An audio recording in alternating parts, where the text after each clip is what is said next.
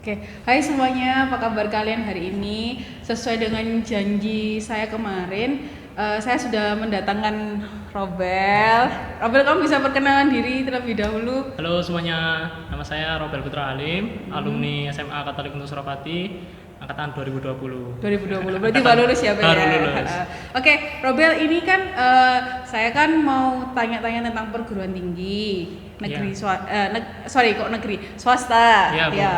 Nah, Robel juga bisa jelaskan ke adik-adik kelasmu, kamu kuliah di mana, kemudian ngambil fakultas apa?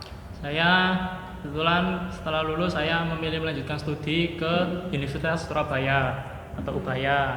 Saya mengambil jurusan Teknik Industri. Teknik industri. Industri. Oke, ya, sip. Oke, Bel, gini. Pertanyaan-pertanyaannya nanti yang akan saya sampaikan itu sebenarnya sudah mewakili beberapa pertanyaan adik-adik kelasmu. Ya. Nah, kemudian untuk lebih menyambung komunikasi antara adik kelasmu ke kamu, Bonita juga memberikan kesempatan buat adik-adik kelasmu tanya melalui media sosial Oh, gitu. ya. Okay. Nanti di mengikuti aja, mengalir ya, Ya, nanti Bu. sekalian tanya ya. Ya. Oke, kita mulai aja pertanyaannya. Robel, gini, Ya. Ibu mau tanya ke kamu, bagaimana perasaan kamu sudah menjadi seorang mahasiswa? Terus perbedaannya apa? Menjadi siswa SMA, terus kemudian beranjak ke menjadi seorang mahasiswa. Kamu ngerasa ada perbedaannya enggak? Perbedaannya yang pertama tentang tanggung jawab ya. Yang pertama tanggung jawab. Saat kita kuliah nanti tentu tanggung jawab yang kita bebankan atau kita terima itu jauh lebih besar saat SMA. Mungkin kalau kita masih SMA masih dikejar-kejar oleh guru untuk mengumpulkan tugas dan sebagainya, untuk mengumpulkan nilai-nilai yang masih kurang seperti itu. Tapi di sini berbedanya di universitas nanti, di perkuliahan nanti, dunia perkuliahan, kalian tidak akan lagi dikejar-kejar oleh guru atau dosen kalian. Kalian sudah murni untuk bertanggung jawab atas diri kalian sendiri. Apapun hasil yang kalian terima itu 100% murni dari apa yang telah kalian lakukan dan usahakan. Jadi kalau kalian misalnya sudah tidak menganggap tugas-tugas lagi atau tidak menanyakan nilai-nilai yang kosong atau kurang ke dosen kalian, ya kalian akan menerima konsekuensinya sendiri, seperti lulus dengan waktu yang lebih lama dan mendapatkan IPK yang buruk, yang tentunya akan berpengaruh pada kelulusan kalian nantinya, gitu. Iya, berarti Untuk lebih ke tanggung jawabnya. Untuk tanggung jawabnya. Untuk lingkungannya juga berbeda. Nanti lingkungan mungkin SMA hanya IPA dan IPS saja kan. Mungkin teman-temannya IPA IPS, tapi nanti di dunia perkuliahan juga sudah lebih banyak sekali. Karena jurusannya pasti kan banyak, dari teknik, bisnis ekonomi, apalagi ya, industri kreatif, terus ya banyak lah pokoknya nanti. Jadi nanti lingkungan kalian akan lebih bermacam-macam dan kalian akan dituntut untuk lebih bisa membaurkan diri karena lebih bermacam-macam seperti itu. Iya, oke. Berarti kamu sudah punya teman-teman dari fakultas lain nggak, Bel? Untuk teman-teman ya sudah mulai memperkenalkan diri satu sama lain, Bu. Jadi sudah dicampur gitu untuk waktu masa orientasi bersamanya nanti kalian akan dicampur dari segala jurusan itu, baik ekonomi, teknik maupun yang lainnya nanti akan dicampur. Jadi kita lebih beragam dalam perkenalkan diri satu sama lainnya gitu. Untuk organisasi juga berbeda, nanti juga kalian akan mendapatkan banyak sekali tawaran organisasi-organisasi. Kalau di sekolah mungkin di SMA kan ada OSIS sama Expos ya. Itu hanya itu ya mungkin. Lalu organisasi-organisasi kayak ekstrakurikuler seperti itu saja. Tapi bedanya nanti kalau kuliah kalian akan mendapatkan banyak sekali tawaran kegiatan mahasiswa atau unit kegiatan mahasiswa lainnya, banyak sekali di sana nanti, seperti badan eksekutif mahasiswa contohnya seperti itu. Tapi kamu rencana ada mau ikut salah satu organisasi mahasiswa nggak? Iya, saya ikut, inginnya sih yang tingkatannya sampai fakultas saja. Jadi kayak sejenis badan eksekutif mahasiswa tapi yang di lingkup fakultas saja. Fakultas saja. Ya, itu saya mungkin mau ngambil yang itu, Bu.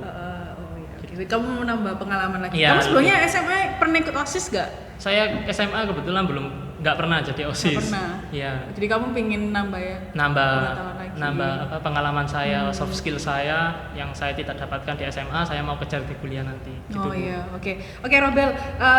Tadi kan kamu bilang kalau misalnya di perkuliahan kan teman-temannya kan banyak, Iya. ya kan. Terus kemudian kamu bilang sempet juga waktu perkenalan kamu bilang kalau kamu ngambil fakultas teknik industri, Iya, betul. ya kan. Kenapa kok kamu ngambil teknik industri? Apa karena kamu kan alumni anak IPA, terus kemudian pilihannya hanya bisa teknik atau mungkin kamu ada inspirasi lain sampai akhirnya kamu ngambil teknik industri? Pertama untuk yang IPA khususnya jurusan IPA, kalau di swasta itu bebas, kalian bisa lintas jurusan. Ini yang Iya. kalau di swasta ya, kalian bebas. Kalau misalnya jurusan IPA mau lintas minat ke FBE atau manajemen bisnis bisa. Itu kalau swasta. Untuk saya sendiri, pilihan saya kenapa memilih teknik industri, karena saya melihatnya sekarang kan sedang gencar-gencarnya industri 4.0 kan Bu. Oh, Jadi iya. saya mikirnya itu menurut saya lulusan teknik industri masih banyak dibutuhkan di era industri 4.0 ini. Jadi saya memilih teknik industri karena di teknik industri itu nanti kita dilatih untuk bisa menciptakan suatu sistem dan bisa mengoptimalisasikan suatu sistem yang ada. Jadi supaya operasional bisa berjalan lebih baik, kita harus membuat langkah-langkah untuk membuat sistemnya itu seefektif mungkin. Jadi saya pikir itu adalah pekerjaan yang menantang dan masih sangat dibutuhkan. Oleh sebab itu saya mengambil jurusan teknik industri, Bu. Oke. Apakah jurusan teknik itu sesuai dengan cita-citamu, Bel? Pernah nggak gini, kamu waktu kecil, kamu berharapnya cita-citanya apa, terus kemudian waktu kuliah itu berbeda? Pernah nggak kamu ngalamin itu? Kalau yang saya alami mungkin sekarang itu saya memilihnya teknik industri kan nanti kita diajarkan suatu proses industri itu juga. Teknik industri kan salah satunya dibekali salah satu teknik, mungkin memang teknik dengan teknik yang dibekali manajemen yang paling banyak. Jadi dia itu tidak hanya teknik yang belajar matematika, fisika, ilmu dasar lainnya, tapi juga sifatnya interdisipliner. Jadi dia diberikan materi manajemen paling banyak. Jadi nanti kita seperti cita-cita saya kan juga ingin mendirikan perusahaan sendiri nantinya yang istilahnya itu benefit dan bisa berguna bagi orang lain kan Bu. Jadi di teknik industri nanti saya berharapnya bisa belajar memanajemen suatu perusahaan supaya kelak nanti ketika saya mendirikan perusahaan sendiri saya sudah siap karena sudah dibekali dari ilmu-ilmu teknik industri. Untuk itu, Bu. Berarti Saya- masih sejalan sama cita-citamu. Masih Berarti sejalan. kamu cita-citamu dulu kecil pengen menjadi seorang pengusaha, Ya, punya perusahaan sendiri. perusahaan sendiri. Akhirnya kamu ngambil teknik industri karena ilmu untuk Manajemennya lebih banyak. Seperti Oke, itu, Bu. sip, bagus. Nah, kemudian Bel, ini hampir beberapa adik kelasmu juga tanya, ya kan, di media sosial. Salah satunya ada Lauren sama Theo. Ya. Teovania, dia tuh tanya gini, lebih bagaimana kamu benar-benar yakin memantapkan diri untuk pilih jurusan teknik industri ataupun ya jurusan yang kamu pilih, bagaimana caranya kamu memantapkan itu? Terus kemudian yang kedua, apakah kamu pernah seorang Robel, kamu pernah mengalami gesekan sama orang tuamu pingin A, kamu pingin teknik industri, pernah nggak kamu mengalami gesekan itu? Gimana caranya meredam gesekan itu sampai akhirnya kamu benar-benar pure pilih, udahlah memang hatiku ini memang di teknik industri. Gitu ya. Yang pertama tadi karena yang pertama tadi apa? Yang kenapa saya milih ya. Itu jujur ya, dulu waktu saya mulai dari kelas 1 SMA itu saya sudah bingung. Saya sudah memikirkan bagaimana kedepannya nanti ke kuliah saya. Saya dari kelas 1 SMA itu atau kelas 10 ya, kalau sekarang kelas 10 itu sudah saya memikirkan mau melanjutkan studi kemana dan ke fakultas apa. Saya sudah memikirkan dari kelas SMA kelas 10 itu. Jujur saya masih bingung waktu itu mau pilih jurusan apa. Nah, caranya saya mengatasi seperti itu bagaimana? Dengan memanfaatkan teknologi yang ada, dengan memanfaatkan sumber-sumber informasi yang sudah tersedia seperti di platform-platform yang sudah terakui lah, seperti di YouTube banyak. Kalian kalau cari di YouTube itu banyak, seperti saya beri contohnya itu ada EduLab, itu kalian bisa cari-cari jurusan ini A ini ngapain aja, terus prospeknya seperti apa, skill-skill yang dibutuhkan seperti apa, nantinya tugas-tugas atau mata kuliahnya itu seperti apa, kalian bisa mengira-ngira dari situ, atau dengan dari web-web resmi atau web-web terpercaya kalian bisa cari-cari informasinya. Selain itu saya juga bertanya ke orang-orang yang lebih berpengalaman atau alumni dari suatu fakultas yang saya inginkan itu. Misalnya saya bertanya kepada kakak saya, lalu saya bertanya juga ke Bu Anita dan Pak Lukas untuk sharingkan mau seperti apa. Saya nanti mau lebih baik melanjutkan studi kemana dan mengambil program studi apa. Itu saya sering-sering sharing ya ke orang-orang yang berpengalaman, entah itu orang tua, kakak ataupun guru kalian, tidak masalah. Tentunya Bu Anita kan juga pasti senang kan kalau misalnya anak-anaknya bertanya tentang masa depan kalian. Tentu saya jamin Bu Anita dan Pak Lukas akan membuka lebar pintu untuk kalian yang mau bertanya soal seperti itu. Lalu untuk gesekan-gesekan kepada orang tua, jujur pertama saya ketika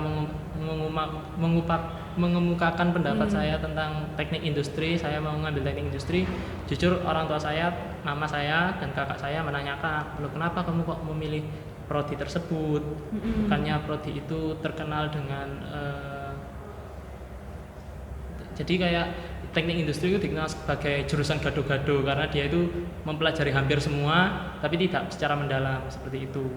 Nah, saya ditanyai, "Kenapa? Kamu kan nanti nggak punya skill khusus seperti itu." Lalu saya jelaskan, "Ini loh Ma, di teknik industri itu mungkin banyak berita miringnya karena kita tidak fokus, gitu ya. tapi juga ada sisi positifnya. Kita juga diajarkan lebih banyak soft skill daripada teknik-teknik yang lain.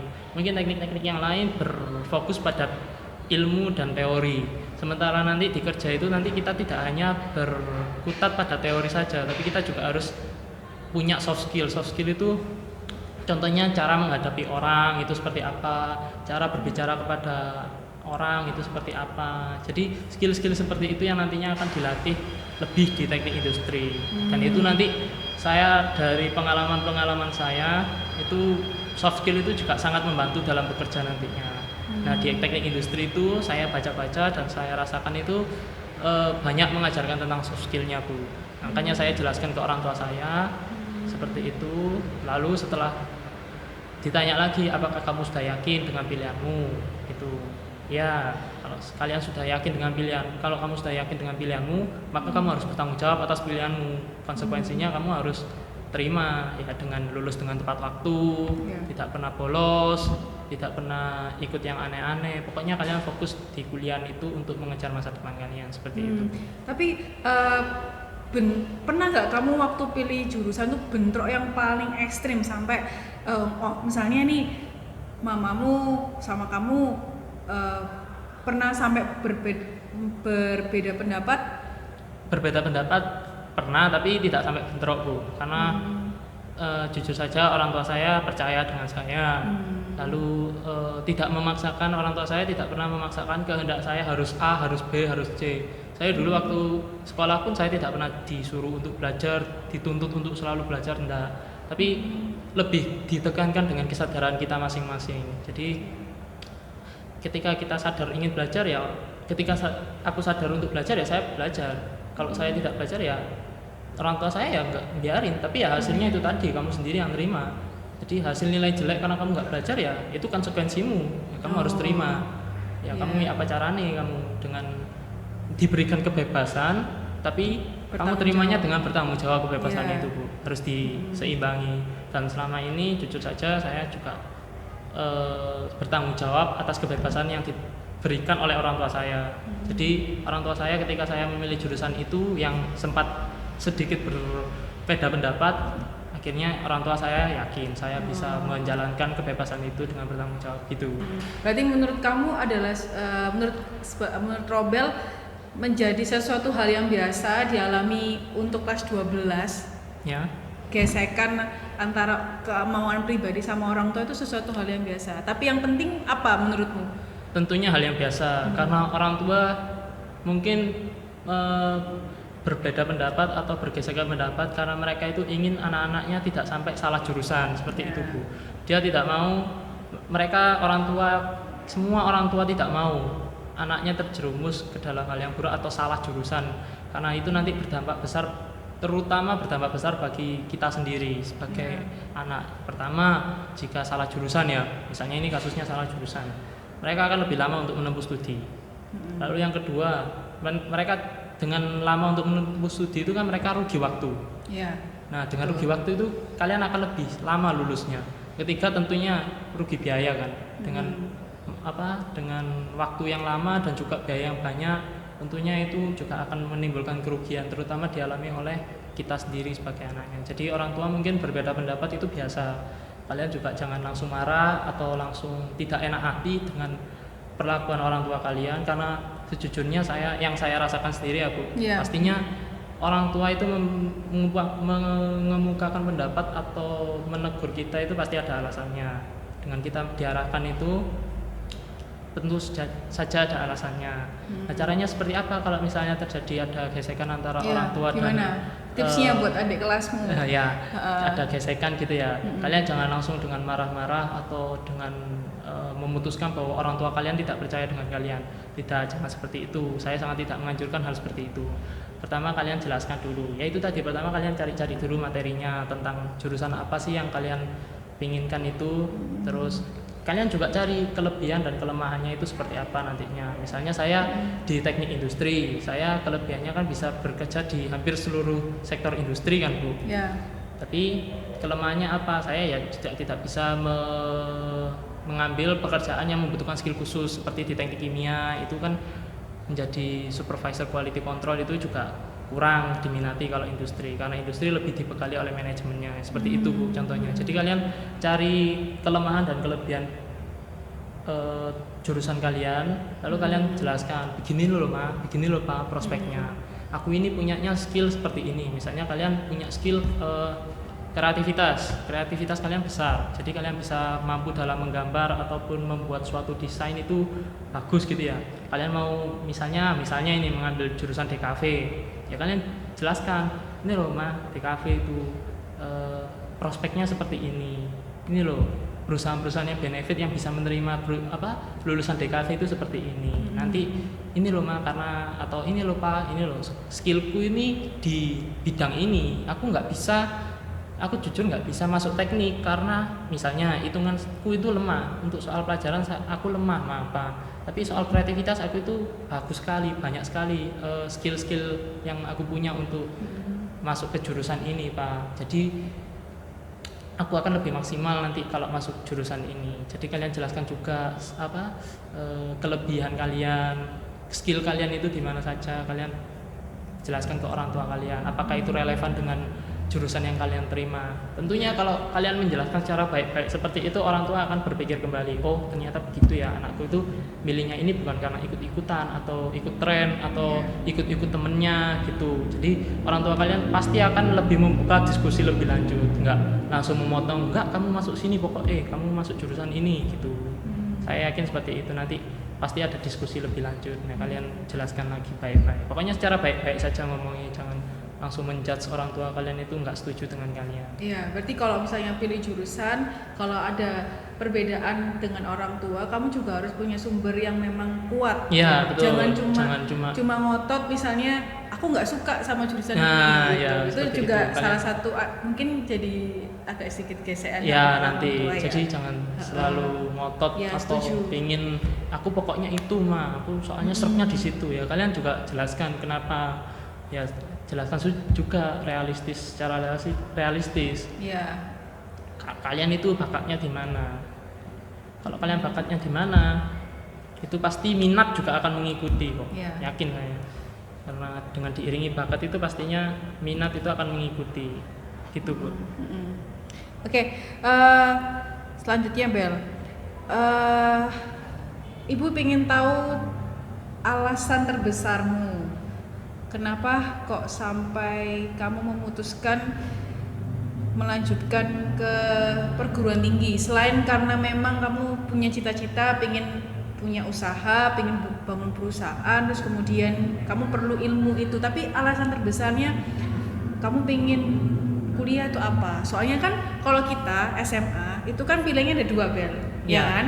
Antara mau kuliah lagi, terus kemudian atau mau bekerja. Nah, kamu kan memilih untuk kuliah lagi. Alasan selain karena kamu perlu ilmunya teknik industri, selain itu ada lagi nggak Oke. alasannya? Alasannya karena saya melanjutkan ke kuliah, melanjutkan studi ke kuliah. Pertama karena lulusan SMA itu lebih baik, menurut saya lebih baik melanjutkan studi ke kuliah dulu. Karena apa? Sekarang industri 4.0 seperti saya jelaskan tadi. Iya. Jujur saya katakan, ini bukan menakut-nakuti kalian ya Bu, Iya. maksudnya bukan menakut-nakuti mereka, tapi kita harus berpikir realistis. Orang lulusan dari S1 itu saja banyak yang menganggur, banyak yang belum langsung mendapatkan pekerjaan, apalagi lulusan SMA. Saya tidak melarang untuk kalian langsung bekerja, untuk bekerja dulu sebelum kuliah, itu tidak masalah, asalkan kalian dengan catatan kalian punya link atau sudah punya koneksi ya Iya. dengan perusahaan atau Kamu punya keahlian khusus kalian gitu. khusus gitu, kalian mau saya mau kerja dulu baru melanjutkan kuliah. Tapi saya sarankan setelah kerja pun kalian harus melanjutkan ke kuliah. Karena apa? Karena sekarang itu lulusan itu juga diperhatikan. Tentunya dalam mencapai karir tertentu itu butuh suatu gelar sarjana atau gelar yang ditentukan khususnya. Jadi untuk era seperti ini kalian juga harus mengejar pendidikan kalian untuk mendapatkan masa depan yang lebih baik. Itu pertimbangan saya yang pertama. Lalu yang kedua, kenapa saya melanjutkan studi ke perguruan tinggi? Karena kesempatan yang saya dapatkan itu khusus untuk tahun ini. Kesempatan apa? Itu seperti kayak beasiswa, saya dapatnya tahun ini. Tahun ini kan harus diambilnya tahun ini setelah lulus.